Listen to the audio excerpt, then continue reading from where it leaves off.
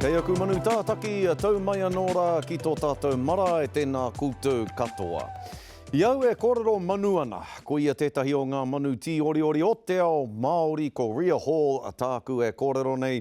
She's been entertaining Aotearoa for more than a decade, sensational singer, amazing artist.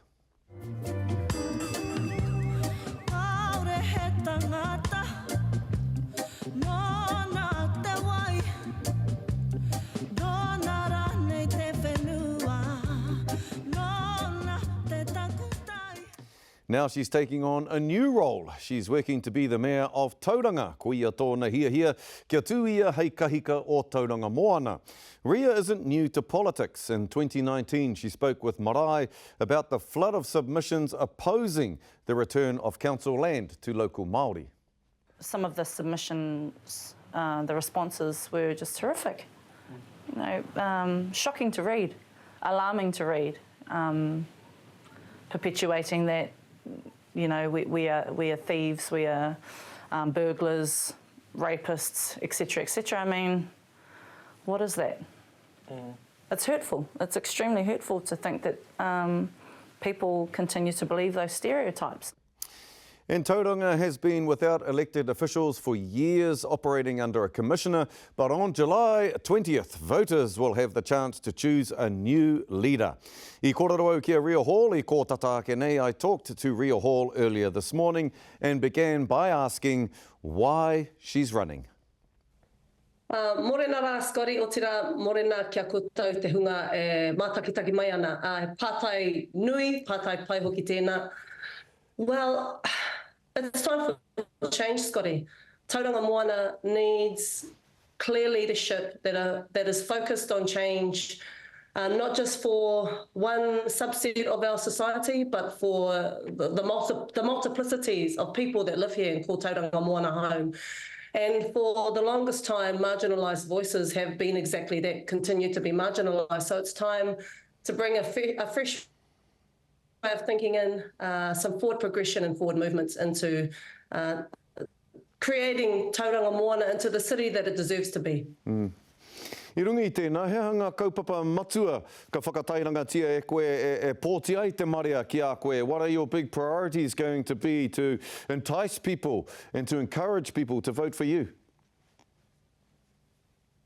Well, obviously, kei tātahi tātou. We are on the coastlines of the Moana, so the environment is a number one factor for us here because of our settings and because we need to look after this place for mō ngā whakareanga, haere ake nei. Infrastructure and transport, huge take at the moment, not only here in Tauranga, but obviously across the motu. But for us here in Tauranga Moana, it's outdated and it hasn't been constructed well to meet the needs of an expanding city. Better housing opportunities for our people, for our whānau, because everyone deserves to live in warm, safe, affordable housing.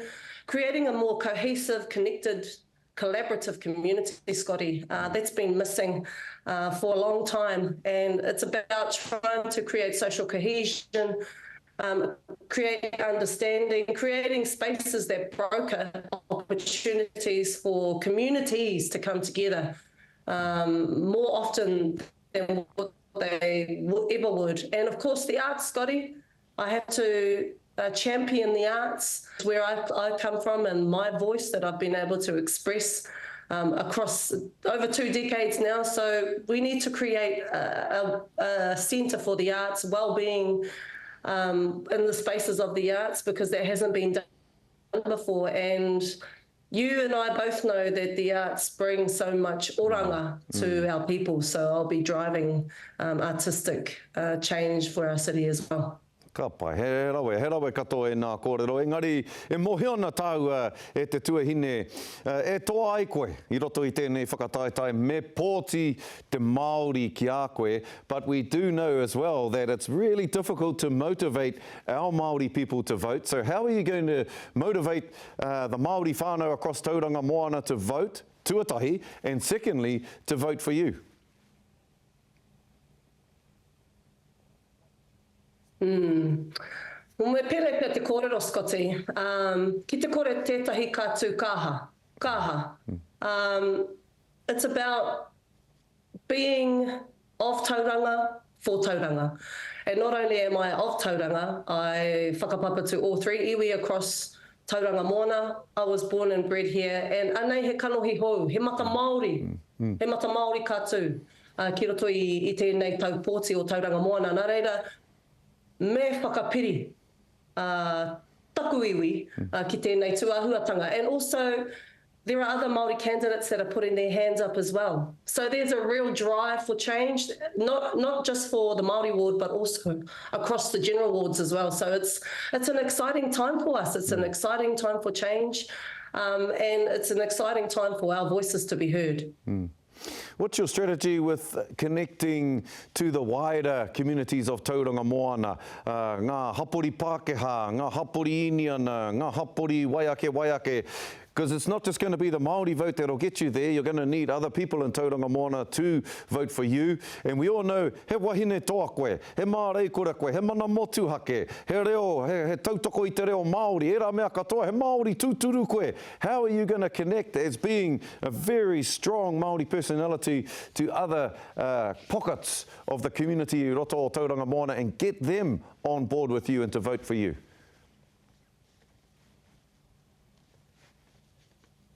Well, I'm a minority voice, and lots of those people that you've just spoken about and spoken to are minority voices as well. And so it's about trying to broker connection and situations where they can see themselves being represented through someone like me. I'm a female. I'm wahine Māori. I'm wahine moko kauai. So there's lots of opportunities there, Scotty, I reckon, for those that may not normally vote for someone like me to vote for someone like me because there's a desire for change. And again, brokering those relationships in our communities is essential to driving that change, and I'm more than willing to do that, Scotty. Tēnā koe. Hai, o te tino tūmanako I roto I taku ngākau, ke eke hoki koe ki te taumata, kai reira moka te pania, Tory whānau, Tanya Tapsel e noho ana. Kia eke koe ki tērā taumata, kia noho koe hei kahika o Tauranga Moana.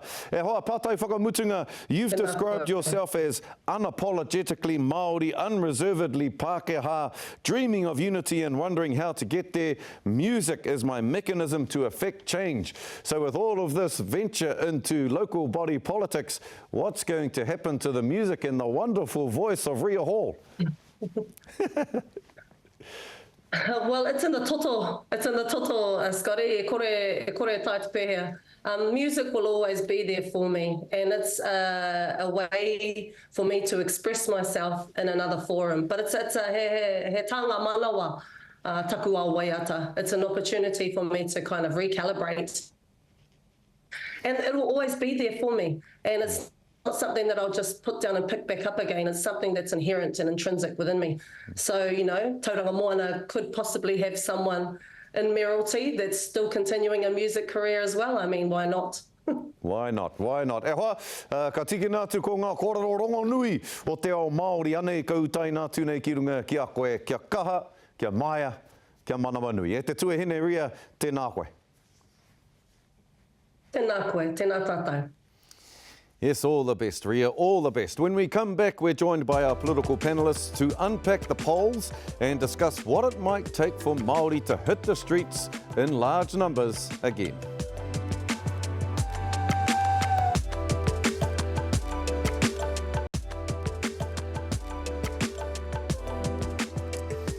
Whakahahaki mai anōra e tiwi. Political pressure is putting the squeeze on the coalition government after a rough week ending with opposition calls to strip Winston Peters of his role as Foreign Minister. Hei tā te āpiti hana wini tana e me heke iho koe ki raro.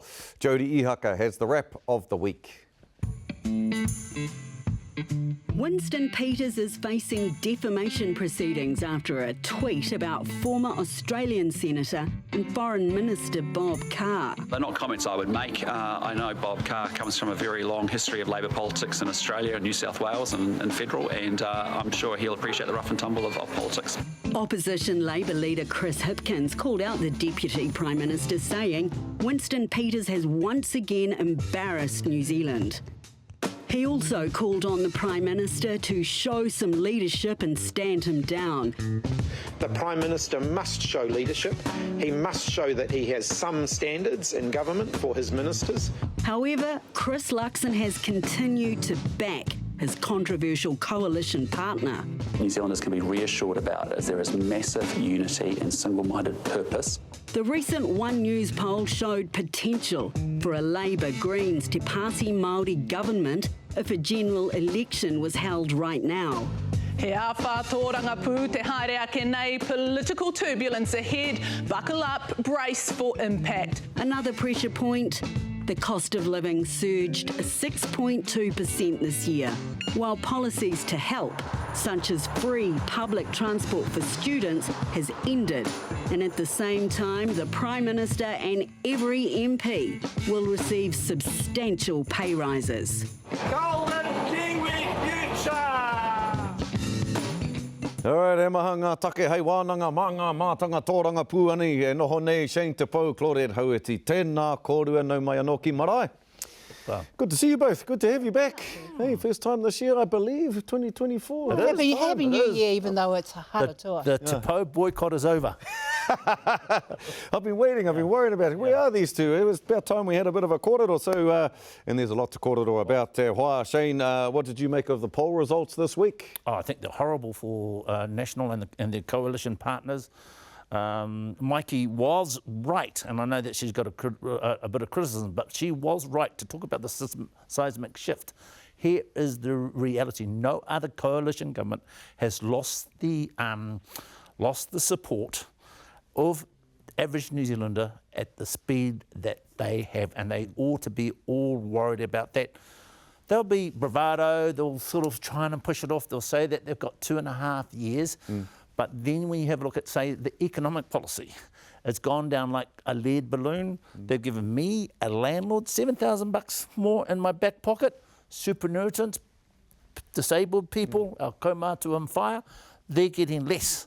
And the other thing is that look at the economic big figures.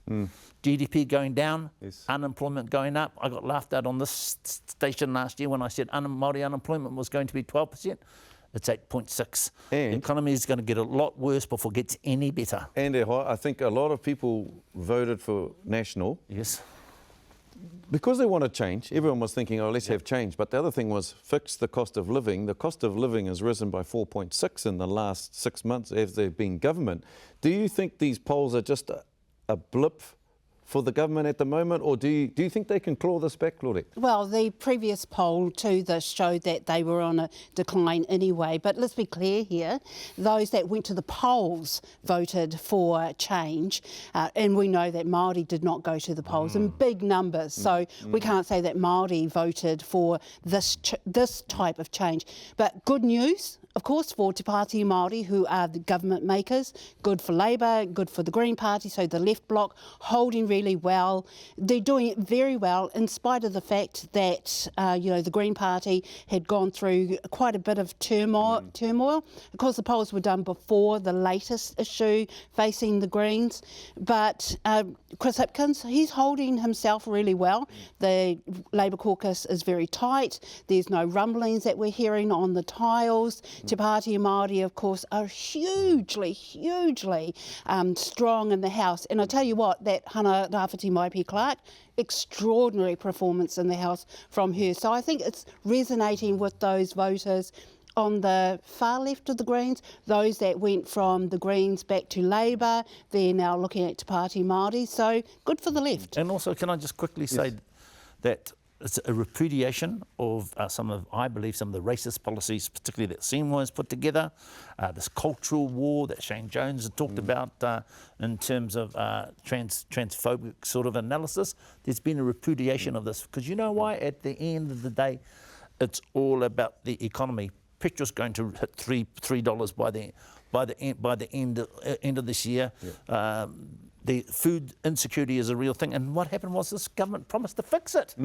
And not only have they not fixed it, but actually the reality it's going to get a lot worse before it gets any better. Yeah, and I think they've been focusing on the wrong things. Yes. And that's what I was alluding to before, was that people voted for them to fix the cost of living crisis, and they haven't done that. They focused on everything else, creating culture wars, Treaty of Waitangi principles, te reo, all of those kind of things, Well, which people didn't vote for. Yeah, well, I think those kinds of negative narrative, like the culture wars, is overshadowing and taking up a huge amount of oxygen off the National Party's policies around the cost of living. And now they've had to make huge compromises because the ACT Party and New Zealand First didn't want the foreign buyers policy that they wanted to enact. So they had to find a huge gap in their budget to try and overcome that issue, which is now why we're looking at the huge clawbacks in public service. Now, we know that they wanted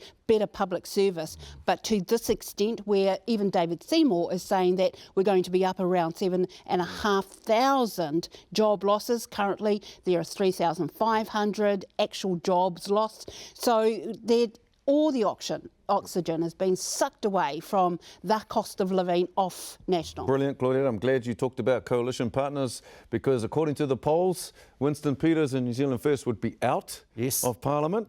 Winston says he doesn't rate polls, he doesn't care about polls, they don't mean anything, but should he be worried? He cares about polls. Of course he cares about polls.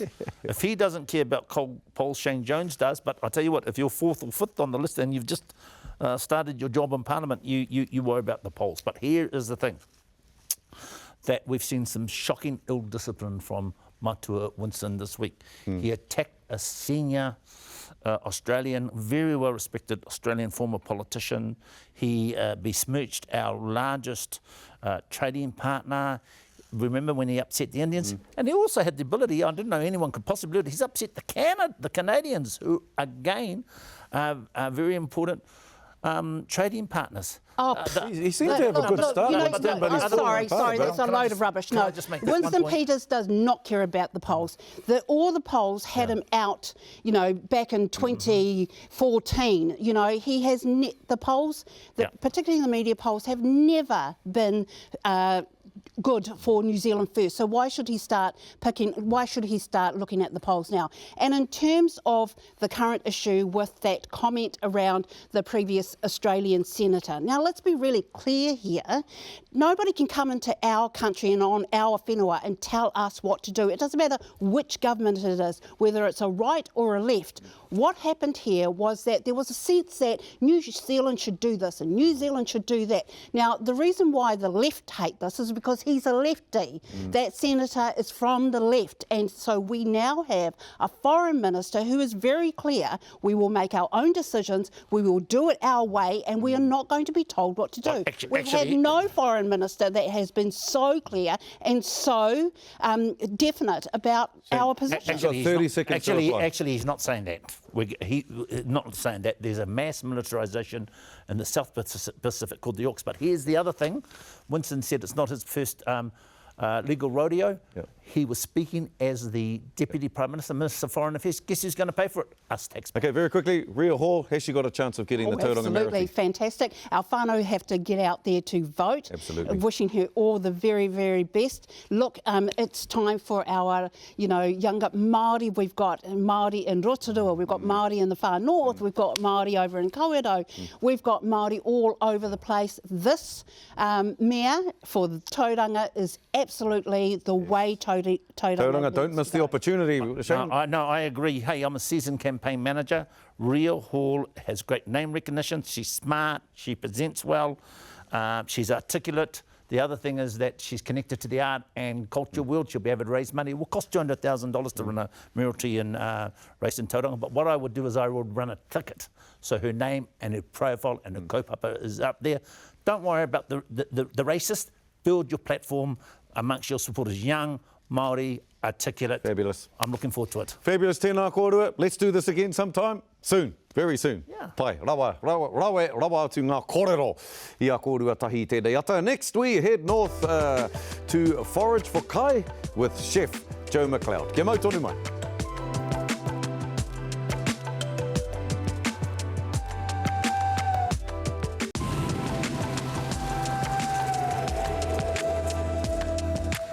E Me tiwi whakawhai te mai anora, no tūhoi a Joe McLeod, ko ia tetahi o ngā tūmau rongonui o te ao. He's an international chef who's now back in Aotearoa to teach and reconnect Māori with traditional foods and foraging practices. Over the next 3 years, Joe hopes to establish a Māori food movement through Marae-based wānanga around the country. When a Harawira caught up with him in Te Tai Tokerau. He kōhua kai mo te tina. He kai mō karakara ki tēnei tūmau Māori kia Joe McLeod. E whakapono ana a Joe kai te nahere kē nā kai tōtika mo nā puku Māori. Whai muri I te rima te koutou, kua kawea e Joe tana tueke tapu-tapu, me ona pukenga mai nā wharekai o te ao whānui ki te marae, hei whakarite I te tono a tōna rahinga. Help us. We want to learn that culture which has been distant to our region. We've never seen it, it wasn't taught to us, we don't know it, but we hung on how to do it. Kua whai āwhina tētahi māpū I te marae o te uri o hina I Pukepoto. Kai konei te wānanga kure utu a Joe e tūana. Nā te rōpū tūmata nui hauora Māori o toi tangata, te pūtea tautoko. Joe has so much knowledge that a lot of whānau don't have access to. And yeah, so we're just really keen to support and fund and make sure that our knowledge holders have the tautoko they need to do the mahi that they are really passionate about, and that's Joe. Kohanga, rāranga, te reo, kapahaka, they are international icons. Ko waika te whakahaere hea te taha mo te kai a te Māori. Mai ho te rama tātou I whiriwhiri.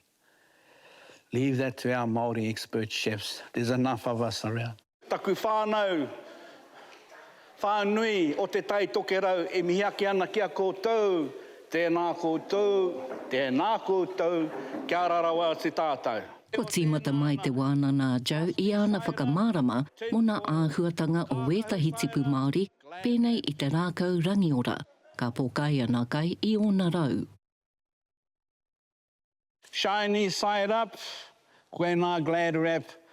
Paruheti side up, koe nā tinfoil. And it's 100% organic whānau. Pa koe nā te pai o tēnei rau. I've had this fella for 6 years now. It's a bit karu, but kai te ora tonu. Kai te ora tonu. And it comes back magic paper. Kātahi, ka haria te māpū ki te pātaka kai o te nahere. Kai reira ke wā tātou tauna kai a te Māori e tatari ana.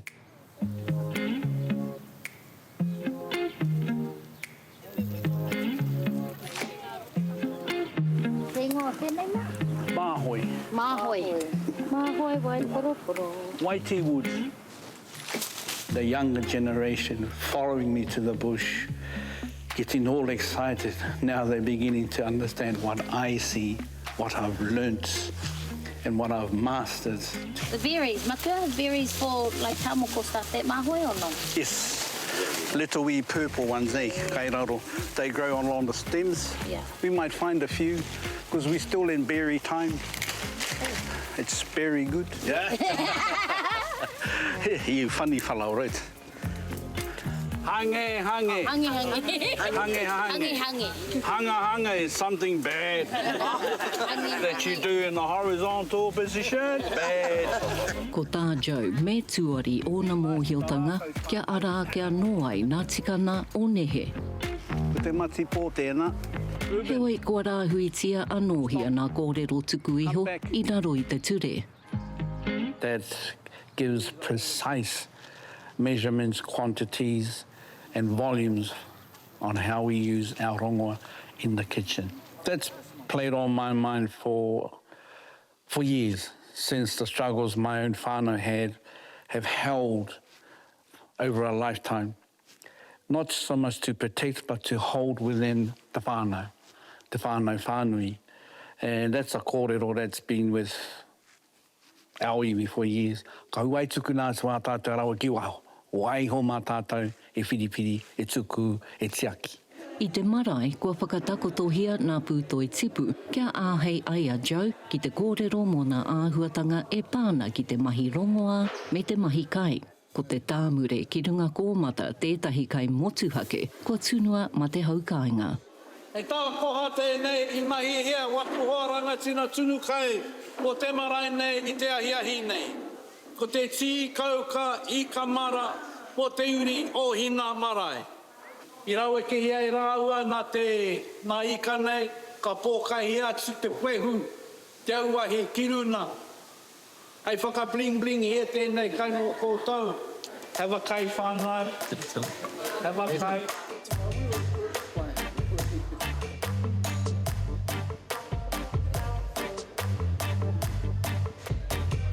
We're going to start with Kio.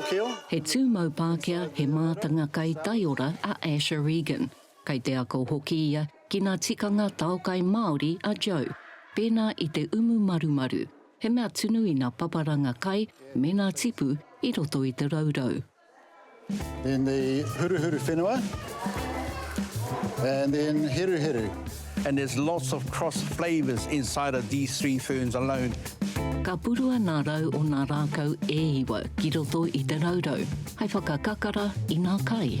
The other plants in there give us flavours, seasonings, colourings, preservatives, all organic. Wai nā te pai te tunu kai pēnei nā. Kau taina nā mīti ki runa I nā rau, ka uhia ki nā rau panana, kātahi ka tāpiri atu ko nā hua whenua. Hey, 4 by 1 each.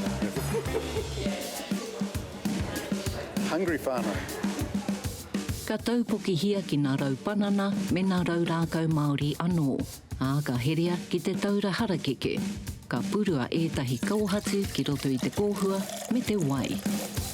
Then we put our raurau on top, the leftover kio on top of that.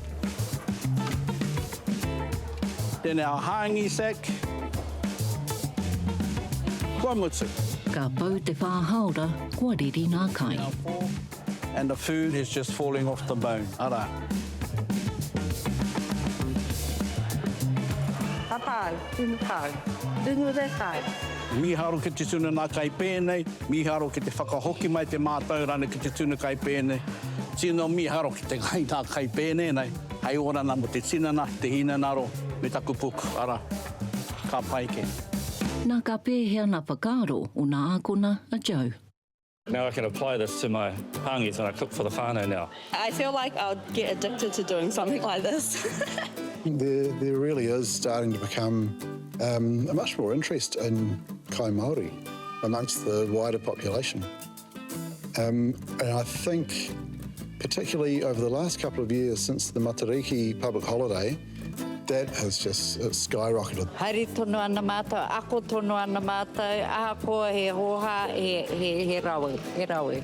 For Māori, being disconnected from our own kai is an ongoing form of sort of cultural dispossession, and the consequences of which include us being connected with kai that actually causes us to be unwell. Wena ke taku mai.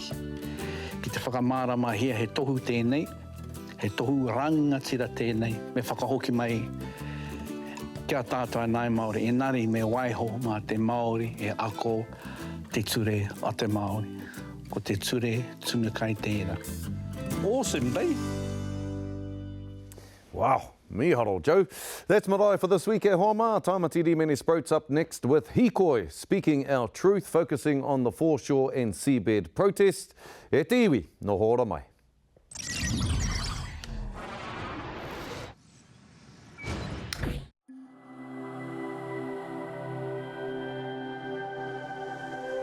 Ko te reo, te take.